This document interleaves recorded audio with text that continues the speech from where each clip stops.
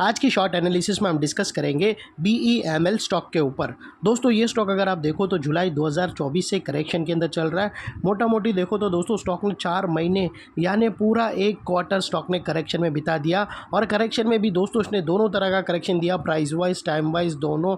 पहले स्टॉक ने price wise correction दिया जहाँ पर ये स्टॉक काफ़ी हद तक डाउन साइड करेक्ट हुआ, फिर स्टॉक ने टाइम वाइज करेक्शन के अंदर एक साइडवे कंसोलिडेशन करी, एक बेस बनाया, एक स्ट्रॉन्ग रेंज बनाई, अल्टीमेटली इसको ब्रेकआउट किया है। और दोस्तों ये स्टॉक के अंदर एक बहुत बड़ी डाउनवर्ड स्लोपिंग पैरेलल चैनल थी जो एक स्ट्रॉन्ग रेजिस्टेंस का काम कर रही थी। अल्टीमेटली स्टॉक ने उसको ब्रेकआउट किया है। यहाँ पर करेक्शन कंप्लीट के कंफर्मेशन मिले हैं, पॉजिटिव क्लियर डाइवर्शन मिला है और एक रिवर्सल चार्ट पैटर्न मिली है जिसके तहत ये स्टॉक करंट लेवल से अपसाइड में 18 से 20%, 18 to 20% रनअप के लिए रेडी है। लेकिन दोस्तों इसमें कोई भी हमारी बाय सेल होल्ड रिकमेंडेशन नहीं है, ये प्योरली एजुकेशन पर्पज से मैं अपना पॉइंट ऑफ व्यू आप लोगों के सामने शेयर कर रहा हूँ। कोई भी पोजीशन लेने से पहले अपने फाइनेंशियल एडवाइज़र को ज़रूर कंसल्ट कर लेना। फ्रेंड्स आप लोग देख सकते हो कि ये वो टॉप एरिया था जहाँ से करेक्शन स्टार्ट हुआ था और यहाँ से कुछ इस तरह से downward sloping parallel channel stock के अंदर बनी। और जब तक स्टॉक ये डाउनवर्ड स्लोपिंग पैरेलल चैनल में था, जब तक ये stock downward sloping parallel channel में था, स्टॉक प्राइस वाइज करेक्शन के अंदर एंगेज रहा और यहाँ पर back to back lower lows hit हुए। दोस्तों अगर आप देखो तो फर्स्ट लोअर लोज यहाँ पर हिट हुआ। फ्रेंड्स अगर आप देखो तो फर्स्ट लोअर लोज यहाँ पर हिट हुआ, सेकंड लोअर लोज यहाँ हिट हुआ, थर्ड लोअर लोज यहाँ पर और लास्ट लोअर लोज यहाँ पर हिट हुआ। और जैसे ही दोस्तों ये downward sloping parallel channel upside में ब्रेकआउट हुआ, इसने मल्टीपल हायर हाइज को ब्रेक करके उसके अबाउ सस्टेन क्लोजिंग देकर कंफर्म कर दिया करेक्शन कंप्लीटेड।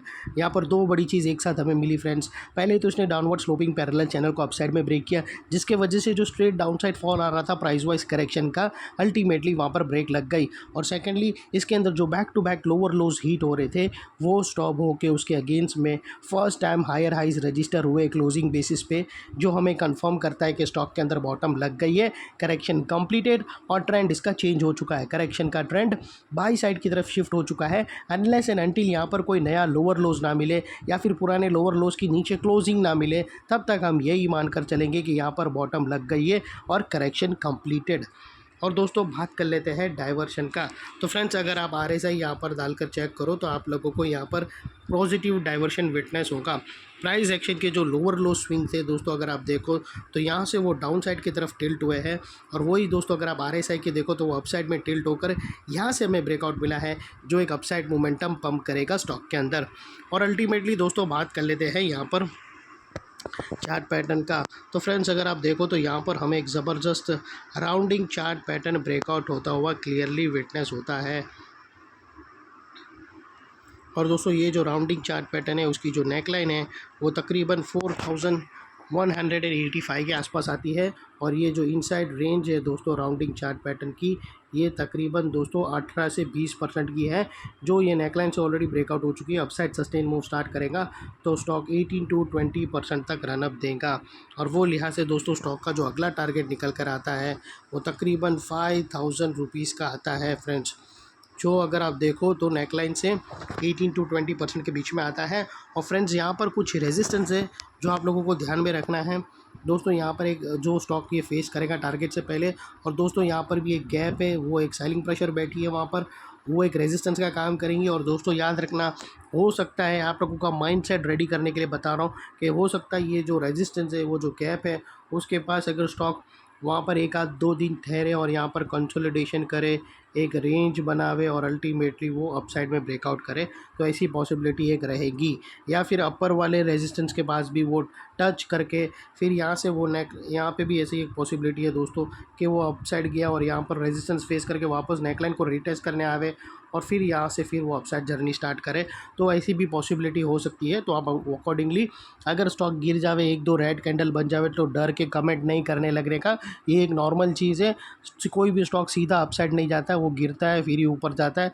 ये गिरता है, करेक्शन बीच में आती है, क्योंकि अगर आप जो गिरावट आती है वो लोअर टाइम फ्रेम की करेक्शन होती है, तो वो एक नॉर्मल स्वाभाविक है चार्ट का जो अपसाइड ट्रेंड होने का, जो सीधा ऊपर नहीं जाएगा, करेक्शन होता होता हुआ जाएगा।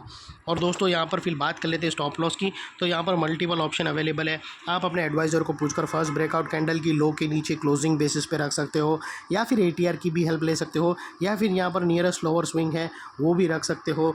जो भी स्टॉप लॉस रखो दोस्तों, इतना मेक श्योर करना है कि आपका risk to reward ratio at least 1:2 या मिनिमम 1:1.5 रहना चाहिए। यहाँ पर अगर आप देखो तो आपका रिस्क का एरिया दोस्तों इतना रहेगा और आपका रिवॉर्ड का एरिया दोस्तों इतना बड़ा रहेगा, जो काफ़ी फेवरेबल है। और फाइनली दोस्तों नेकलाइन के पास का ये एरिया बहुत ही इंपॉर्टेंट एरिया है, क्योंकि अगर आप देखो तो मल्टीपल पॉजिटिव फैक्टर्स यहाँ पर एक्शन में आते हुए मिले।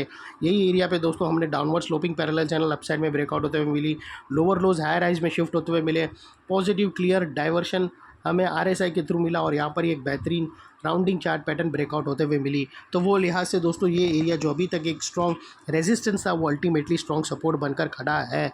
और दोस्तों इनकेस अगर स्टॉक टारगेट से पहले ही कहाँ पर भी सेलिंग प्रेशर फेस किया और वापस वो नेकलाइन को रीटेस्ट करने आया, तो रीटेस्ट के टाइम पे नेकलाइन का ये एरिया सामने आके एक स्ट्रॉन्ग सपोर्ट का काम करेगा और स्टॉक को इधर अपसाइड में पुश करेगा या साइडवे कंसोलिडेशन में है। और इतने बड़े स्ट्रॉन्ग सपोर्ट के नीचे क्लोजिंग बेसिस पे आप लोगों का स्टॉप लॉस रहना चाहिए, जो आसानी से हिट ना हो।